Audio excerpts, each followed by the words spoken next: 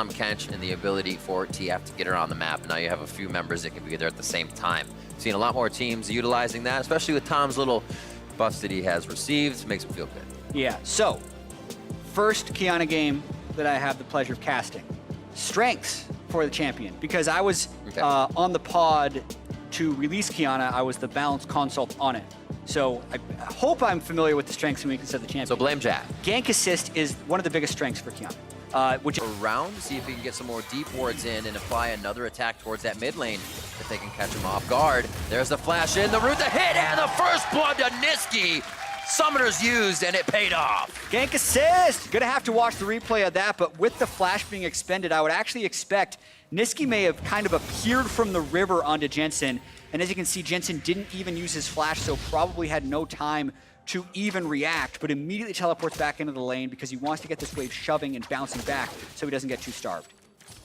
Sheen for that as well, so hopefully deliver a bit of damage back. Remember, no splash here for Svenskeren. Oh. There's Devour, but Stone is still going to come out and be as squishy as she was when she went in. Double lift heals it up, and they're going to be able to stay nice and healthy with the summoner heal. Oh, man. AJ now onto the side of C9 where the summoner spell is being used as Svenskeren's there as a meat wall to block most of the damage coming through. A great defensive stop for TL there. Incredibly well played by Core DJ and Double Lift to only burn heal and actually then get the summoner spells out of C9. But let's watch this one more time.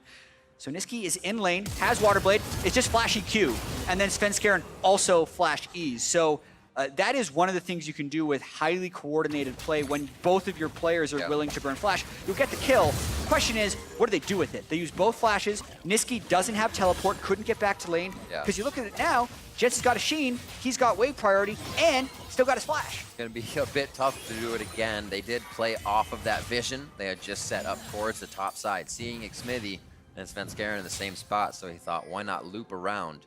And farm as well, and a little bit of a gank here on impact towards the top side. All he has is a step to his name. Slicing Maelstrom goes out at the other side of the turret. It's perfect for now to buy some time, but it's not going to be enough. Flash from Licorice. That's the Jensen follow. One kill here. Almost gets him with the revive, but he does not. They could pick up the kill onto Jensen. He was just trying to help his teammate on the top side, but he's going to go down for his troubles, and Nisqy is 3-0 at 8 minutes. A little bit of misdirection there. I talked all about how the bot lane's going to crash, and as you're thinking about it, they sneak up to the top side. Nisqy with the first roam, but Jensen does match it temporarily. Ends up going in the favor of C9, and that is a fed early Qiyana. TL now on the Mountain Drake, as they know they lost a bit. Right now, so TL needs to just do anything possible to stay away from Nisqy. Push to mid lane with Sven hovering just off on the right. This would be the first counter Xmithy could participate in. Is it going to be fast enough? And he doesn't really hit the flag and drag. Yeah. Sven and Nisqy are both out. Yeah, I mean, Xmithy knew what was coming. He just couldn't stop it. The execution there from Nisqy, we'll go over it in the replay, but basically presses all his buttons just right as Svenskeren comes in as well to get the kill and also several plates, but they're going for more. Flash forward, flash for flash, and you can see the power that has to be respected by this Qiyana in the mid lane now. They might get a few plates on this. Nisqy builds himself up even more, and that becomes a bit of a lead here for C9 that they can work with.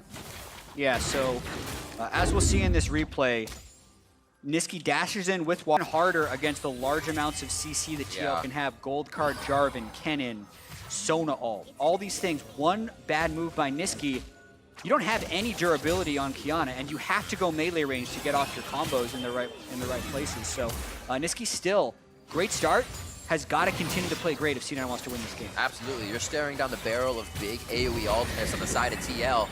You can't just dive in as somebody who wants to assassinate somebody. You're going to get shocked into place, and Double Lift will sing you a song. And TL might not get this charge off. C9 is completely in the river. If they push for this, Nisqy's going to clean up. One hit. Will he be able to get back to fight? Crescendo ultimate goes down, and that is going to be Nisqy down quick. Svenskaren's got to shift himself out of that position, and he's going to move fast to do so. The three members of TL now stand strong in the bot lane. You have Jensen pushing mid for free now. That Rift Herald did hit with a pretty good charge, flag and drag over the wall. Final chapter comes out, a little bit crescendo medicine of their own from C9 side. It's not going to be enough to take anybody down, though. Solo kill! With the solo kill on the top side. We're going coast to coast for these skirmishes right now. And the mid lane is still getting pressured with another wave from Jensen. TL just bides their time. They aggressively push up with that Rift Herald, and that's the type of failure that is possible on Kiana. You make one mistake, and you do no damage whatsoever. C9 wasn't coordinated as they walked towards TL. TL could just hold their CC for Niski's initiation. They do so, and they clean up. That play should have been C9 going in as 4 against 3 together. Instead, it was 2 approaching from the front as 2 retreating from the rear, and they give up their advantage. Double lift and a few others come into the hands. C9 trying to attack back in the jungle as we watch this solo kill on the top side. Yeah, this is what we didn't get to see. Remember, this is an on-hit Kennen, so Blade of the Ruin King and the Executioner's calling to reduce that healing. He just gets the stun off, the ult. You're not going to be able to land those abilities once Impact has closed the distance. That was just extremely well played by Impact. And yeah, whenever you get a solo kill, 1v1, and you're at over 60% health in the middle of the lane, I think that's worthy of a taunt. He totally laughed. You heard it there at the end.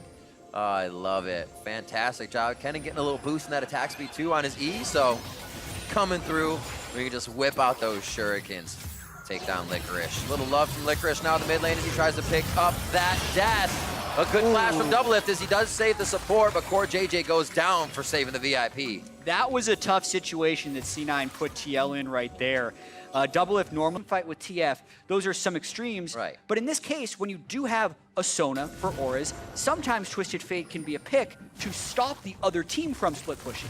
Because it means if they try and split off with one person, you're going to be able to bring that numbers advantage much faster. So I don't actually always think it's wrong to group 4 in mid lane like this, even if one of them is TF, because now, if there is a 1v1 that Impact feels like he has an edge on, it's very easy for TL to go and win that. So I think right now, TL playing fairly intelligently with their team composition. Especially with his AD TF. You're remembering and sometimes reconsidering in the fight, that's not AP. These autos hurt, so him being that close to you all the time, sometimes it throws you right off. There's a Infernal Drake, that 10% damage going over. It's the first one for the side of Liquid. Here comes the final chapter across the team with TL, and they're gonna look to trade this one back. Very low health bars as they get themselves back into the fight, and that's gonna be Svenskeren going down first. Double Lift picks himself up another kill as they lose Impact, the 1-for-1.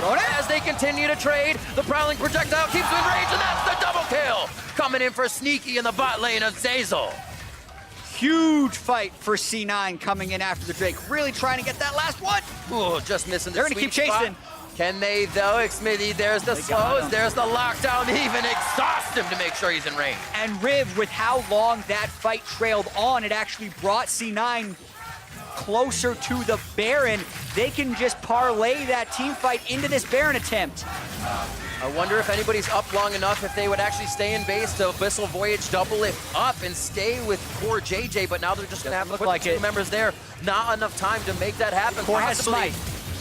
That unsealed spellbook did change him over. He has a summoner spell that could make it count. His flash was just used to get away from the situation, though. He's got to find a way around the wall, and if he can do it in time, Impact's going to try to stall him out.